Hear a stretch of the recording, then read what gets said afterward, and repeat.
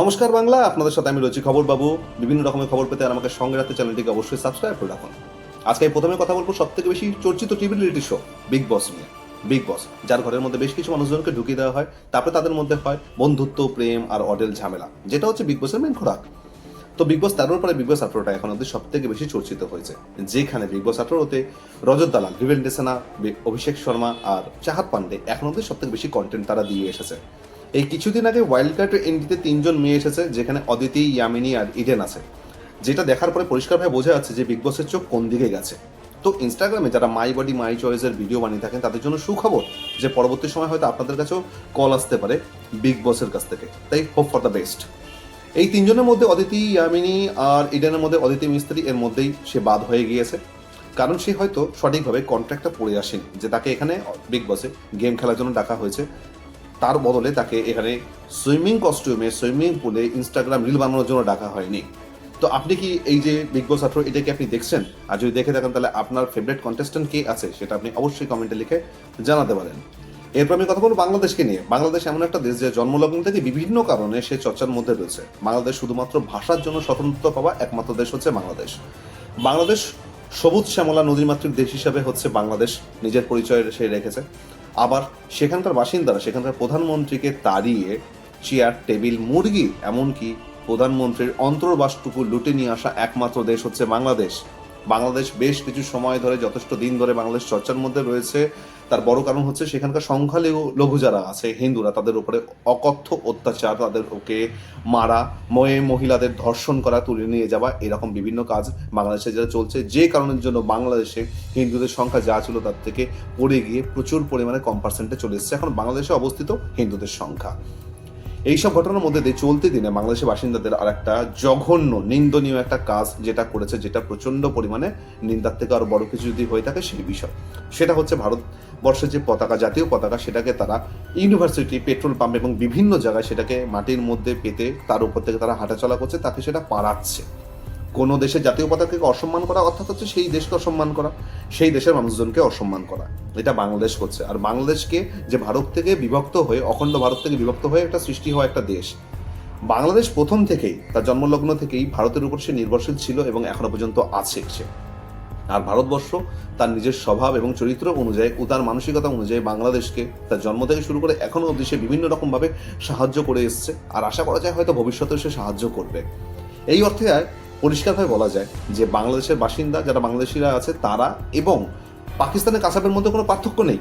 কারণ পাকিস্তানি কাসাব যে ঘরে গেছিল জল খেতে, সেই ঘরে জল খাওয়ার পরে সেই মানুষজনকেই তারা ঘুষে গুলি করে মেরেছিল। তাহলে আপনি ভেবে দেখুন যে বাংলাদেশের মানুষের চরিত্রটা কি।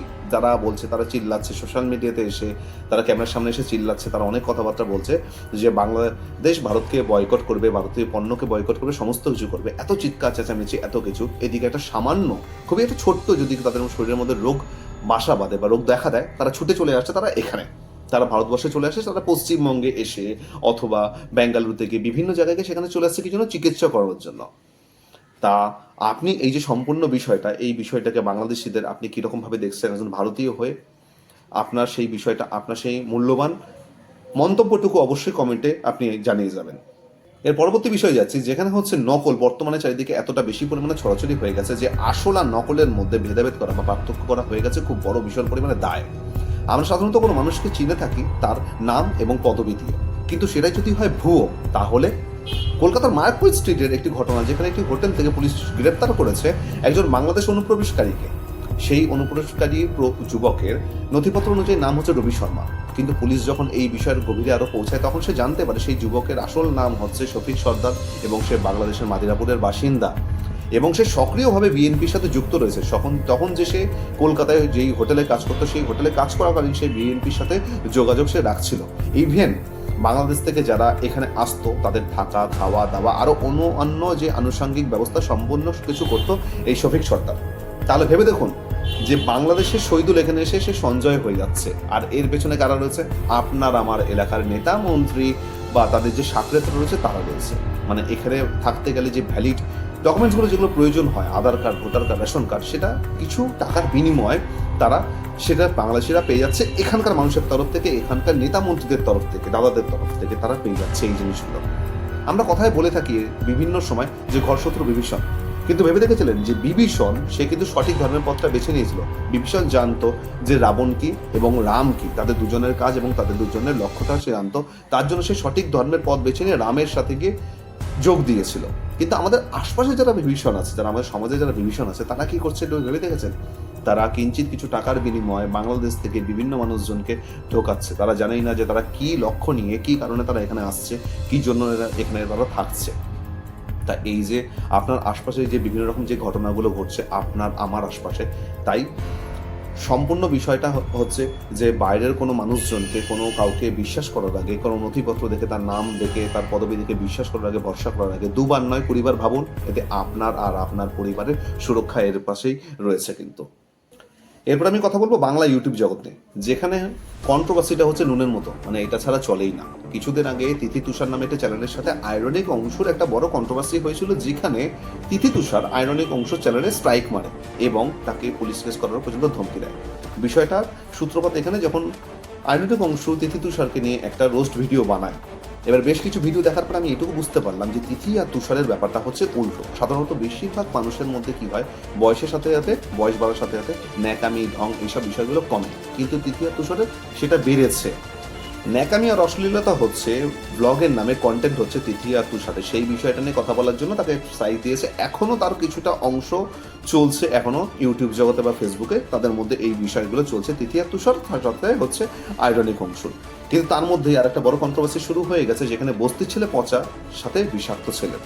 বস্তির ছেলে পচা একটি রোস্ট ভিডিও বানায়, যেখানে বিষাক্ত ছেলেকে সে রোস্ট করে এবং সেখানে বিষাক্ত ছেলে কিছুদিন আগে ঘটে যাওয়া আগস্ট মাসে যেখানে যে অভয়াকাণ্ডটি ঘটেছিল আরজি করে, সেই ঘটনায় যখন সে পৌঁছায়, সেখানে সে বিষাক্ত ছেলে কথাবার্তা বলে, তার নিজের বক্তব্য যা থাকে সেগুলো যেগুলো দিয়েছিল, সেখানে নিয়ে বস্তির ছেলে পচা বিষাক্ত ছেলেকে বলে যে নারী সম্মানের কথা তোলে, বিষাক্ত ছেলের সম্বন্ধে নারী সম্মানের কথা তোলে। এবং বিষাক্ত ছেলের যে চ্যানেলে পুরনো যে ভিডিওগুলো রয়েছে, সেখানে যে মেয়েদের নিয়ে, এবং এর মধ্যে একটা বড় কোট করে বলা দরকার যে সেই মেয়েদের নিয়ে ভিডিওগুলো বানানো হয়েছিল এবং তারা বানায় সেই ভিডিওগুলো, সেখানে আমাদের সমাজের আশপাশে, সেটা হিন্দি জগতে হোক বা বাংলা জগতে হোক, যেসব মেয়ে মহিলারা, বিবাহিত অবিবাহিত মহিলারা, তারা অশ্লীল ভিডিওগুলো বানায়, খুব কম পোশাকে, খুব খারাপ পোশাকে যে ভিডিওগুলো বানায়, সেগুলো নিয়ে যেই বিষাক্ত ছেলে যেই ভিডিওগুলো বানিয়েছিল এবং তার মধ্যে যতটুকু কটূক্তি কথাবার্তা বা যেই কথাবার্তাগুলো বলেছিল, সেগুলো নিয়ে বস্তির ছেলে পটা একটা রোস্ট ভিডিও বানায়। তারপরে শুরু হয় তাদের মধ্যে একটা বড় কন্ট্রোভার্সি, যেটা এখন অবধি চলছে, যেখানে একে অপরকে, বিষাক্ত ছেলে, বস্তির ছেলে পচাকে এবং উভয়কে, তাদের যে বিগত পেছন দিনে যেই রোস্ট ভিডিওগুলো বানিয়েছিল তারা সেই মেয়ে মহিলাগুলো নিয়ে, সেখানে অবশ্যই আমি বারবার করে আমি কোট করছি যে অশ্লীল, কারণ তাদের যে কাজবাজগুলো যেগুলো ছিল, সেই মেয়ে এবং মহিলাদের তাদের কাজগুলো যেগুলো ছিল সেই অশ্লীলতায় ভরা, সেগুলো যে ভিডিওগুলো বানিয়েছিল, তারা যে একে অপরকে ভিডিওর মধ্যে, ক্ষমা করবেন, সেই ভিডিওর মধ্যে যেই কথাগুলো বলেছিল, সেইগুলো এখন বর্তমানে তারা একে অপরকে তোপ দাগছে। এখন বর্তমানে তাদের মধ্যে যথেষ্ট পরিমাণে কন্ট্রোভার্সি চলছে এখন ইউটিউব জগতে। যারা ইউটিউবের সাথে খুব ভালো পরিমাণে যোগাযোগ রাখছেন বা ইউটিউব খুলছেন, দেখছেন, তারা দেখতে পাচ্ছেন যে তাদের মধ্যে এই ভিডিওগুলোর যে তকমা, মানে ছড়াছড়ি, একে অপরকে যে তকমাগুলো দিচ্ছে, সেগুলো খুব পরিমাণে চলছে। এরপর আমি কথা বলবো কঙ্গনা রানাওয়াতকে নিয়ে, যে বিভিন্ন সময় তার বিভিন্ন রকম বক্তব্যের জন্য সে চর্চার মধ্যে থাকে। কিছুদিন আগে কঙ্গনা রানাওয়াত কলকাতায় এসেছিলেন। কলকাতায় আসার পরে সে বাংলাদেশি হিন্দুদের উপরে যে অত্যাচার হওয়া নেই, সেটা নিয়ে ক্ষোভ উগড়ে দিলেন। সেই বিষয় নিয়ে সে মুখ খুলেছিলেন। সে বলছে বাংলাদেশি হিন্দুদের উপরে যে পরিমাণে অত্যাচার হচ্ছে এবং সেখানে সাধু সন্তদের যেভাবে পিটানো হচ্ছে, মারা হচ্ছে, দেশ থেকে তাড়ানো হচ্ছে, সেই বিষয় নিয়ে এখানকার মানুষজন কোনো রকমের মুখ খুলছে না। এবং কেন মুখ খুলছে না? যেখানে কিছুদিন আগেই all eyes on Rafa, all eyes on Gaza, এই বিষয়গুলো খুব পরিমাণে ট্রেন্ডে চলছিল, মানুষ খুব পরিমাণে এগুলোকে নিয়ে সোশ্যাল মিডিয়াতে ছড়াচ্ছিল এবং কথাও সেখানে কমেন্ট করছিল, বলছিল। সেখানে বাংলাদেশি হিন্দুদের উপরে আজকে যে অকথ্য অত্যাচার চলছে, সেই বিষয়ে কেন কথা বলা হচ্ছে না? সেই নিয়ে সে যথেষ্ট পরিমাণে ক্ষোভ উগড়ে দিয়েছে কঙ্গনা রানাওয়াত এখানে এসে। কঙ্গনা এছাড়াও এমন কথা বলেছে যে সে ভারতবর্ষের বেশিরভাগ মানুষজনকে সে বলেছে ছদ্মবেশী। কারণ তার কথা অনুযায়ী হচ্ছে এখানকার মানুষজন নিজের প্রয়োজন অনুসারে, নিজের স্বার্থ অনুসারে বিভিন্ন জায়গায় গিরগিটের মতো রং বদলায় এবং গিরগিটের মতো ভূমিকা পালন করে। যেখানে কথা বলার কথা সেখানে কথা বলছে না, যেখানে হয়তো কথা বলার মতো বিষয় প্রয়োজন নেই, তারা সেখানেই কথা বলে। এই যে ঘটনাটা কঙ্গনা রানাওয়াতের কলকাতায় এসে এই যে ক্ষোভ উগড়ে দেওয়া বাংলাদেশের বিষয় নিয়ে, এই বিষয় নিয়ে আপনার কি মতামত, বা আপনি কঙ্গনা রানাওয়াতের এই কথার সাথে কতটা সহমত পোষণ করছেন বা সহমত পোষণ করছেন না, সেটা আপনি কমেন্টে অবশ্যই জানাতে পারেন। আইপিএলে পাকিস্তানের সঙ্গী হলো এবারে বাংলাদেশ। আইপিএল থেকে এর আগেই বাদ পড়ে গেছিল পাকিস্তানি প্লেয়াররা, তারা আইপিএল থেকে তারা সিলেকশন হওয়া থেকে তারা বাদ পড়ে গেছিল, কিন্তু এইবারে তারই সঙ্গী হলো বাংলাদেশ। এবারে বাংলাদেশের সম্পূর্ণ প্লেয়ারদের মধ্যে দুজনকে নিলামে তাদের নাম এসেছিল, নথিভুক্ত হয়েছিল, যেখানে রিশাদ হোসেন এবং মুস্তাফিজুর রহমান। তাদের মধ্যে তাদের যখন নিলামে তোলা হয় তখন কোনো দলই তাদেরকে বিট করেনি। এই বিষয়ে মুস্তাফিজুর রহমানের সম্বন্ধে বলা হয় যে শেষ ম্যাচ অবধি তার পারফরমেন্স যথেষ্ট মোটামুটি ঠিকঠাকই ছিল, কিন্তু শেষবারের ম্যাচে আইপিএলে তাকে বাংলাদেশ ক্রিকেট বোর্ড থেকে তাকে ডেকে নেওয়া হয় এবং সে চলে যায়। এই কারণটাকে অনেকে ধরছে, আবার অনেকে এই কারণটাকেও বলছে যে বর্তমানে ভারত এবং বাংলাদেশের যেই অবস্থা, যেই রকম ঘটনা চলছে, সেই ঘটনাকে অনেকে দায়ী করছে যে বাংলাদেশিদের বা রিশাদ হোসেনকে বা মোস্তাফিজুর রহমানকে না নেওয়ার একটা কারণ হিসেবে তারা দেখাচ্ছে। একটা বড় খবর শোনা যাচ্ছে যে ভারত সরকার একটা কড়া পদক্ষেপ নিতে চলছে। যারা সোশ্যাল মিডিয়া ইনফ্লুয়েন্সাররা আছে, যেসব মেয়েরা যারা ভালগার কন্টেন্ট তৈরি করেন, সোশ্যাল মিডিয়াতে পাবলিশ করেন, তাদের জন্য একটা ভারত সরকার কড়া পদক্ষেপ নিতে যাচ্ছে। কারণ তারা বিভিন্ন জায়গায় দেখা যায় তারা খুব অল্প পোশাকে তারা বিভিন্ন জায়গায় নেচে বা অন্যান্য বিষয়ের মধ্যে দিয়ে কন্টেন্ট তৈরি করে সেটা সোশ্যাল মিডিয়াতে ছাড়ে, এবং যা দেখে সোশ্যাল মিডিয়ার মানুষজন যেটা দেখতে পাচ্ছে, সেটা সমাজের মানুষজন একটা বড় অংশ সেটা দাবি করছে যেটা সমাজে একটা খুবই খারাপ প্রভাব পড়ছে।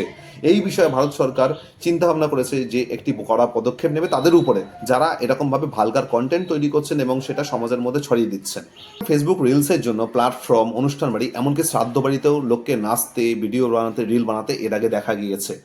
কিছুদিন আগের ঘটনা, যেখানে কলকাতায় তিনজন অশিক্ষিত, সভ্যতা ভদ্রতার সাথে পরিচয় না হওয়া তিনটি মেয়ে, যারা কলকাতার প্যান্ডেল হপিংয়ের নামে নোংরা পোশাক পরে এবং খুবই খারাপ পোশাক পরে যারা এসে তারা প্যান্ডেল হপিংয়ে এসেছিল, দুর্গাপুজোর মণ্ডপে তারা এসেছিল, যেটা নিয়ে সোশ্যাল মিডিয়াতে প্রচণ্ড পরিমাণে নিন্দার ঝড় উঠেছিল। যেখানে বাঙালি অবাঙালি যারা রয়েছে, যারা সোশ্যাল মিডিয়াতে রিয়াকশন ভিডিও বা কোনো ভিডিও বানিয়ে থাকেন, তারা এই বিষয় নিয়ে অনেকগুলো ডেডিকেটেড ভিডিও বানিয়েছিল, যেটা এতটা পরিমাণে জঘন্য, এতটা পরিমাণে নোংরার যে মানুষের মানসিকতা, বিশেষ করে আমাদের সমাজে মেয়েদের মানসিকতা এমন জায়গায় এসে দাঁড়িয়েছে। বেশ কিছু মেয়েদের, সম্পূর্ণ মেয়েদের অবশ্যই সে কথা বলছি না, বেশ কিছু মেয়েদের মানসিকতা এমন জায়গায় গিয়ে দাঁড়িয়েছে, তারা নিজেদেরকে এমন জায়গায় নামিয়ে দিয়েছে যে কথায় আমাদের সমাজে এর আগে বলা হতো যে মেয়েদেরকে কথা সম্বন্ধে কথা বলে তখন বলা হতো তারা অমূল্য, কিন্তু তারা নিজেরাই নিজেদের মূল্য নির্ধারণ করে দিয়েছে।